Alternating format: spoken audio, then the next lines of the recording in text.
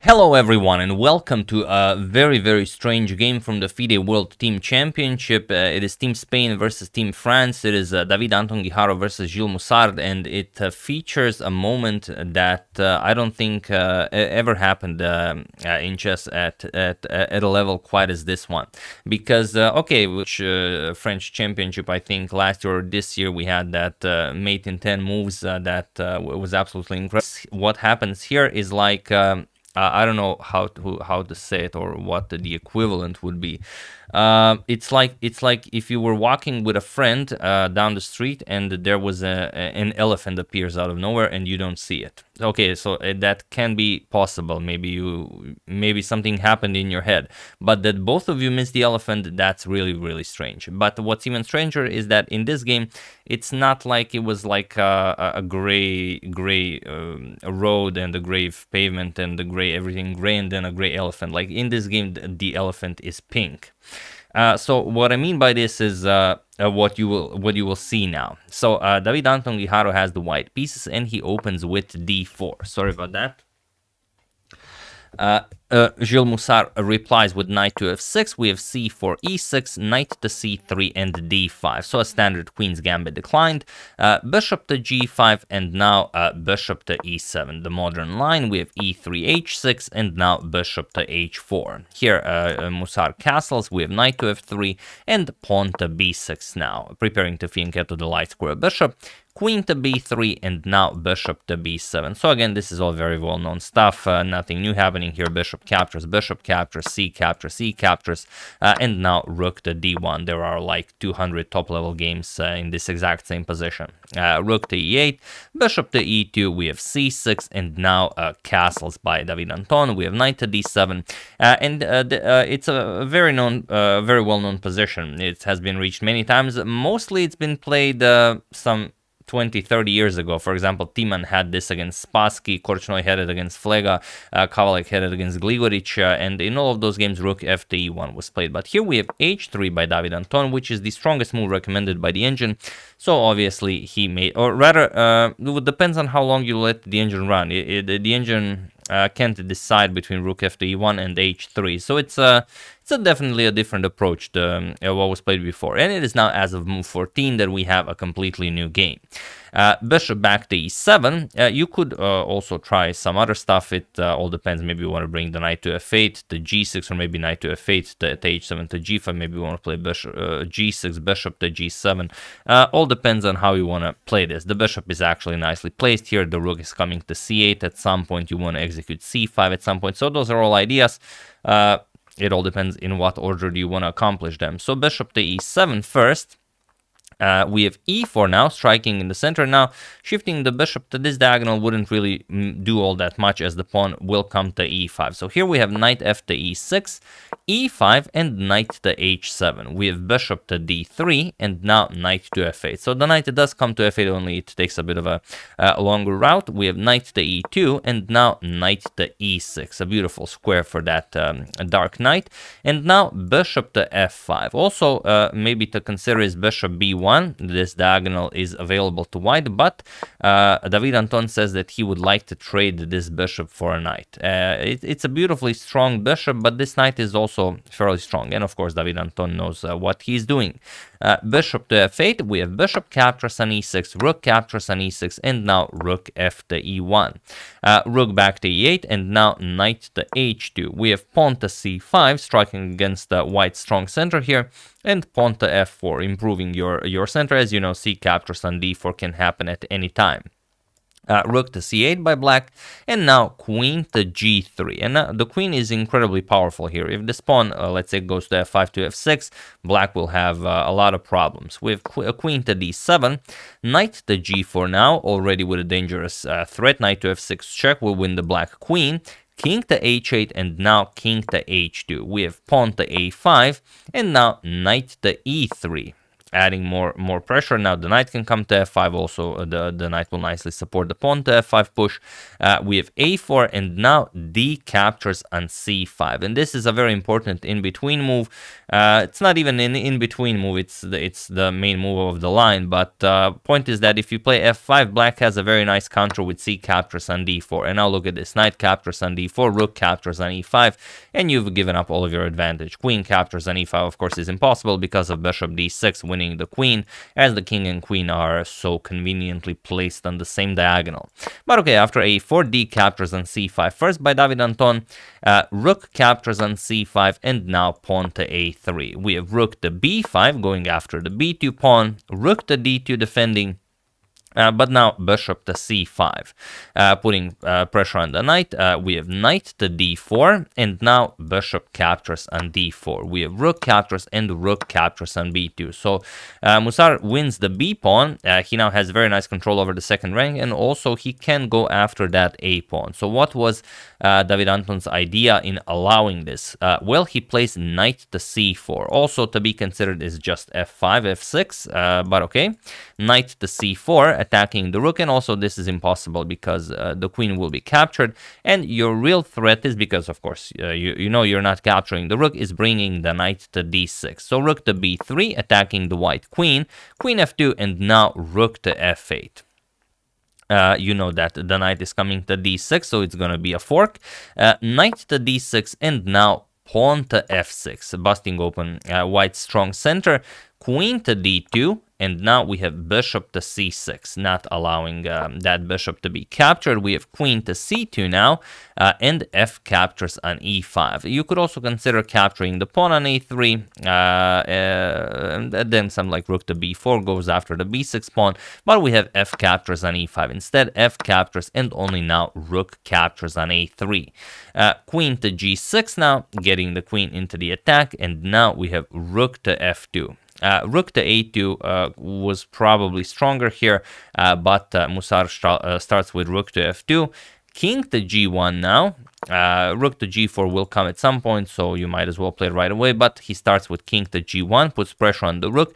Now rook a to a2, and now rook to g4. Now white has very strong pressure on the g7 pawn. The queen has to defend it, and on the other hand, black has a very strong pressure on the second rank, and also if the rook moves, well, you can just start pushing those past pawns.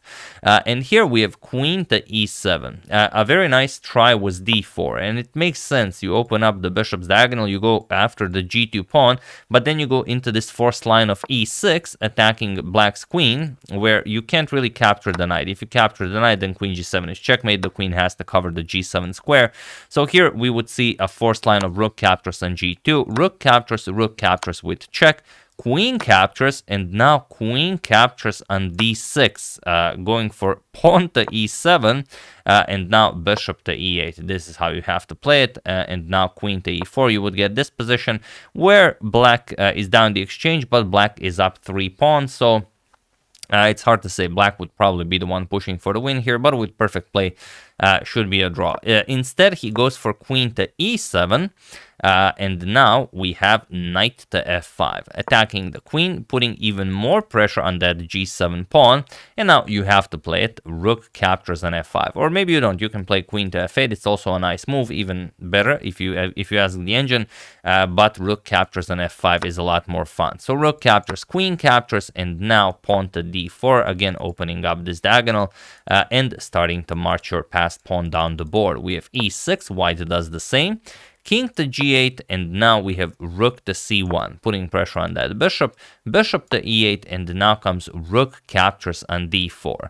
And white is completely winning here. If white plays something like rook to c8, it's instant resign. There's no way to contest this. Point is that whatever move you make, let's say you play pawn to a3, queen g6, and how are you stopping this? There is no defense. If you play king to f8, just rook captures, queen captures, and now queen captures on g7 will be checkmate. So a pretty bad miss for David Anton. He goes for rook captures on d4 first, which still he's better, but this was just a forced win. You know, right there. But okay, rook to e2 now. We have rook to e4, rook captures, queen captures, and now pawn to a3. Here, he gives black some chances, as now those pawns are marching down the board. Rook to c8, and now pawn to b5. We have queen to c6, threatening the bishop here, and just king to f8, defending the bishop. We have queen to f3 with check, king to g8, and now queen to c6. And this is not the correct way to go after the pawn. The correct way, and the one that wins you the tempo, and it's very interesting, is queen to h5 actually. And now after king to f8, you play queen to f5 check, and only after king to g8, you play queen captures on b5, because now the king is on g8, so it's very much different. And the queen cannot capture on e6 because the bishop would hang on e8. In the game, David Anton gives up this valuable tempo. He plays queen to c6, king to f8, again defends the bishop, and now queen captures on b5, but now the king is not on g8, the king is on f8, and he gives up the e6 pawn. So queen captures on e6, and now queen to b4 with check. Queen to c5 is still much stronger, because after queen to c5 check, king g8, rook to a8, you will be able to stop the pawn without any problems. If pawn to a2, there's queen f2, and there's no way for black to cause any more trouble. In the game, however, after queen to b4 check, king to g8, we have rook to a8 now, but now comes queen to e3 check, which would be impossible if the queen was on f2. King h2, and now you just allow black a whole lot of checks. Queen to e5 check, king to h1, queen to a1 with check, king to h2, queen to e5 with check, king to g1, and now queen to e3 with check. King h1, queen c1 check, king h2, queen to c7 check, and now king to g1. We have queen to c1 with check, and now white not satisfied with the draw, because white was better for the entire game. Even though white is no longer better, white still wants to play for the win, because it's an equal position. Queen c2 check, king to e3, and now comes queen to c1 with check. The best way to continue is a2. That's the way you wanna force this, even though it kind of hangs the bishop here. But after rook captures on e8, king h7, and rook to a8, you're still gonna queen your pawn. It's queen to c1 check, king wherever, a1 queen, and now even if you try something else, okay, after queen to c1 check, you don't have to move your king. You could also play queen to d2, still just pawn to a1 queen, and that's it. It's still a draw, just rook captures, queen captures, and however you want to play this, it's a draw. But in the game, queen to c1 check was played, queen to d2 blocking, and now queen to c5 with check. We have queen to d4, queen to c6, and now white is suddenly again completely winning. We have queen to e4, defending the rook and forcing a trade because the bishop on e8 is hanging. And okay, queen captures on e4, king captures, and king to f7. Defending his bishop here, and now rook to a7 with check. We have king to f6, and now king to f4. Still not going for that a3 pawn. You could capture it, but if you play rook captures on a3, then bishop to c6 with check grabs the g2 pawn, and of course they both know then the position is a draw. So you first have to tend to your king side. King to f2, we have g5 with check, and now king to e3. We have pawn to h5, g3, and now bishop to b5. We have king to f2, and now bishop to c4. We have rook captures on a3. Okay, the pawn was never going to be saved, but white was just waiting for black to put a bishop, so he will just capture it one move before black pushes it all the way to a2. So bishop to e6, we have rook to a6, and now king to e5. So the position is completely winning for white. You just have to be very precise about it. Rook to a5 with check, king f6, king to g2, bishop to d7, and now king to h2. We have bishop to e6, rook to a4, and now bishop to d7, attacking the rook, and we reach our spectacular position from the thumbnail. This is the moment where the magic happens, and it's hard to imagine something like this even happened in an actual chess game, in a FIDE World Team Championship game. I mean, here, bishop to d7. This is move 79. Okay, the players might be a bit tired, but these are absolute professionals, so I don't think we can take that into consideration. Attacks the rook on a4, and what do you think white played here? Well, you might consider something like rook a3, rook a5, rook to a6 check, rook a7, rook to a8. Any move with the rook, like literally any move with the rook will be fine except like these three. Okay, but any move other than that will be fine. However, here white played pawn to h4.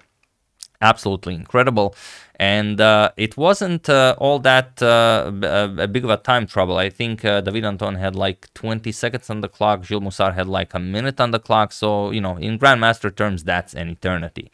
And now you would expect, okay, what's the point? He's just going to grab the rook and David Anton blunders the game. But nope, Gilles Mussart just plays g captures on h4. He can play bishop captures on a4, and it's that's that. But he plays g captures on h4, and David Anton just plays rook captures on h4, and the game continues with David Anton being completely winning. So that's why I said that it's hard for me to even present this to you, because I have no idea what to compare it with. Like that pink elephant is the best I have. Like if any of you are following football, there's a football world championship happening at the moment. How would you what would be the football equivalent of this happening in football? Like what we've just witnessed in this game, like what would have to happen in football for it to be equivalent? I mean, I have no idea. But yeah, bishop to d7 was played, and now just h4, g captures and rook captures on h4, and white went on to win the game. It took him some 40 more moves, but now it's merely a technical thing, not much to discuss here. Black had to give up his one pawn, and then I mean, a bit of cat and mouse play here, and in the end, Black had to resign. There we go.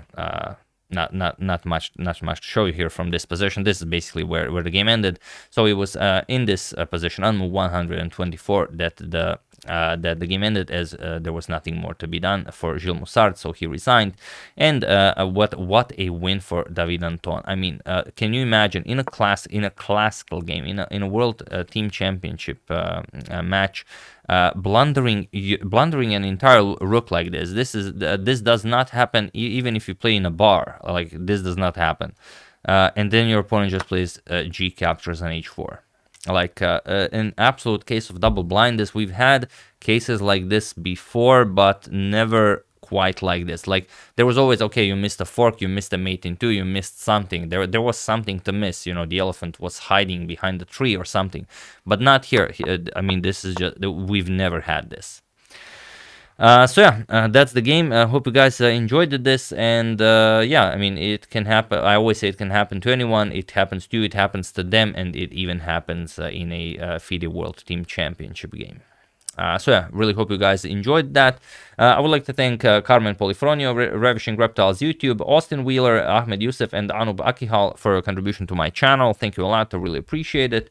As usual, you can check 2 of my previous videos here. Thank you all for watching, and I will see you soon, continuing the coverage of the FIDE World Team Championship and whatever else happens in the chess world. Thank you all, I will see you soon, and have an excellent rest of your day.